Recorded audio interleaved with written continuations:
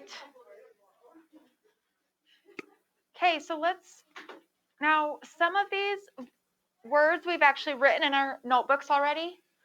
The day we wrote a bunch of vocabulary, but we're going to write some of them again because this hopefully will help you keep everything like what is in what category, okay, or how they're related. So independence in probability anyway is knowing one event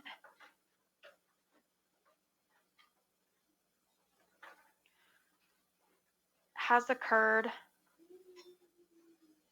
it 2 C's and 2 R's, right?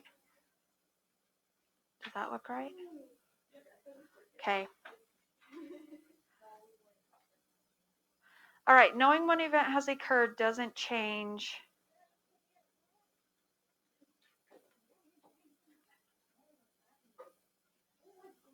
Hey, Kai, right, please.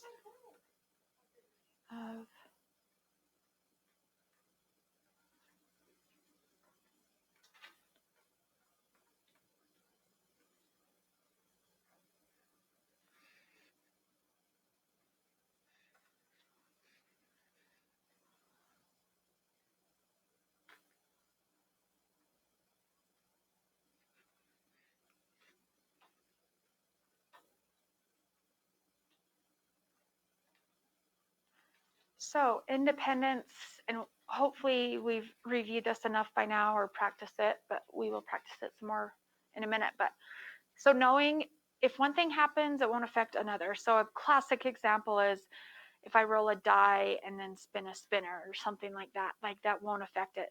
Or if I select one of you for something and then your name gets put back in the mix and then I select another, right? Those are independent. Okay, so that's going to be related to the multiplication rule. So let's go down here. So the key word for to know when we multiply can be the word and, or I like to add then. So it might be probability of this and this, or this then this happening, right? So we want to check if they're independent events.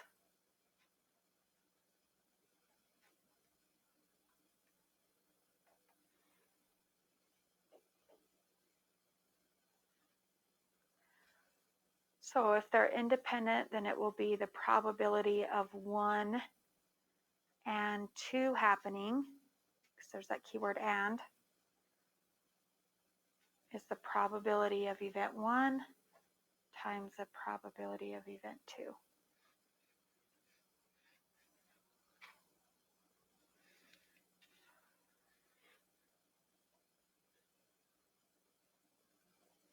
Then if they're, I'm going to make a little note. Sorry, I should have made this box bigger. They're not independent.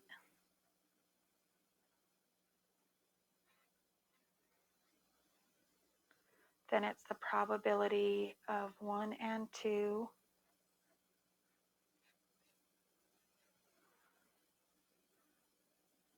is the probability of 1 times the probability of 2 given 1. Sorry, I really didn't leave enough room. So if they're not independent, it's the probability of 1 times the probability of 2 given 1 has already occurred.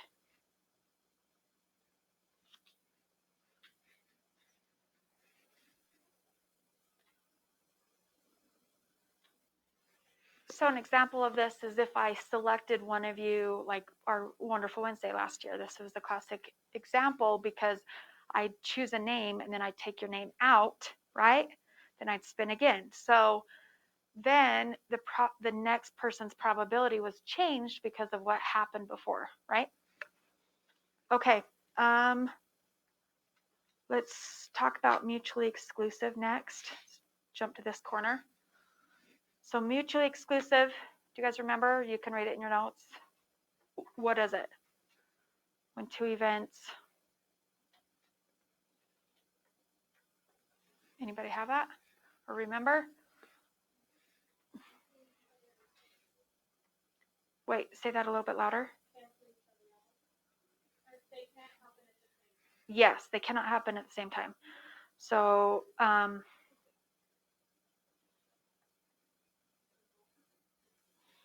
going to say cannot occur simultaneously because I like the word simultaneously. Makes us seem smart, right? So one excludes the other.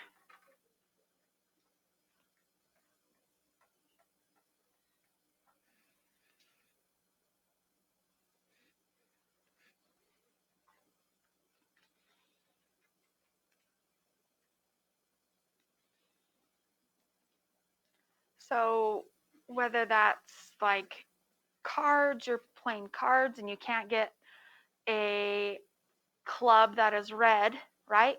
Those, once you have a club, you know it's not going to be red, it's going to be black. So that excludes the other. Okay, the last one I want to talk about today, and then we'll do these other two tomorrow, is the addition rule. So the key word to know when to add is the word or.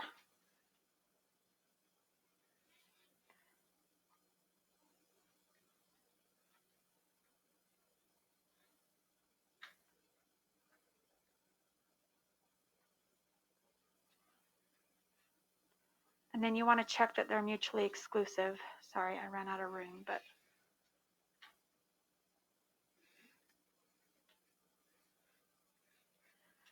then it's probability of 1 or 2 .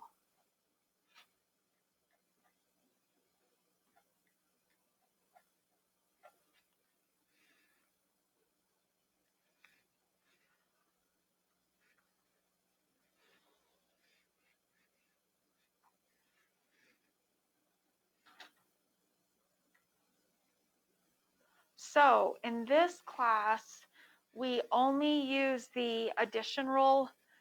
We can only add them if they are mutually exclusive.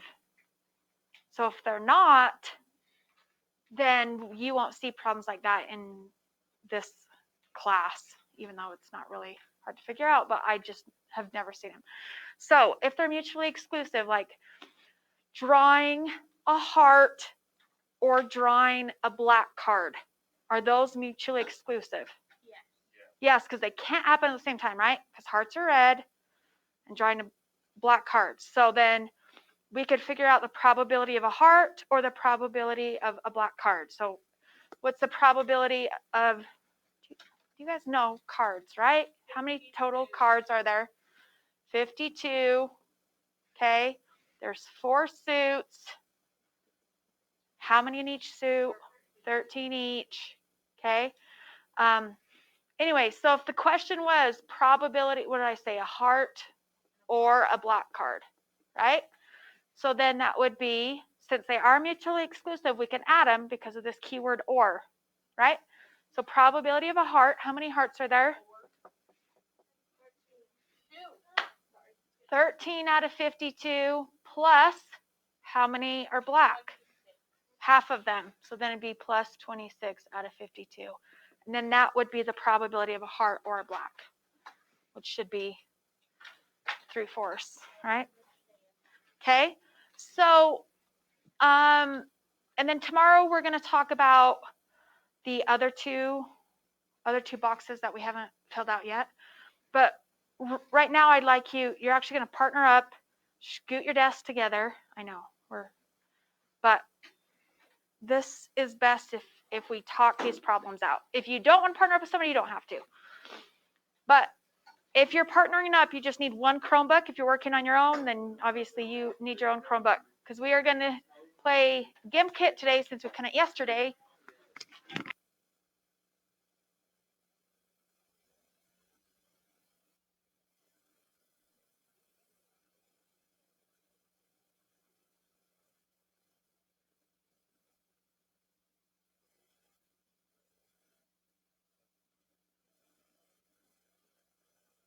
in mode, which means you don't know your balance, you don't know who's in the lead. Yep. So I'm going to give, let's see, how much time do we have? You cannot. You cannot. Like the lowest you can go is 0. You have till 29, right?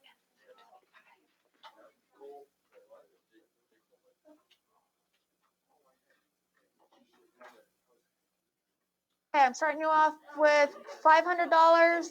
You can't go below 0. So here we go.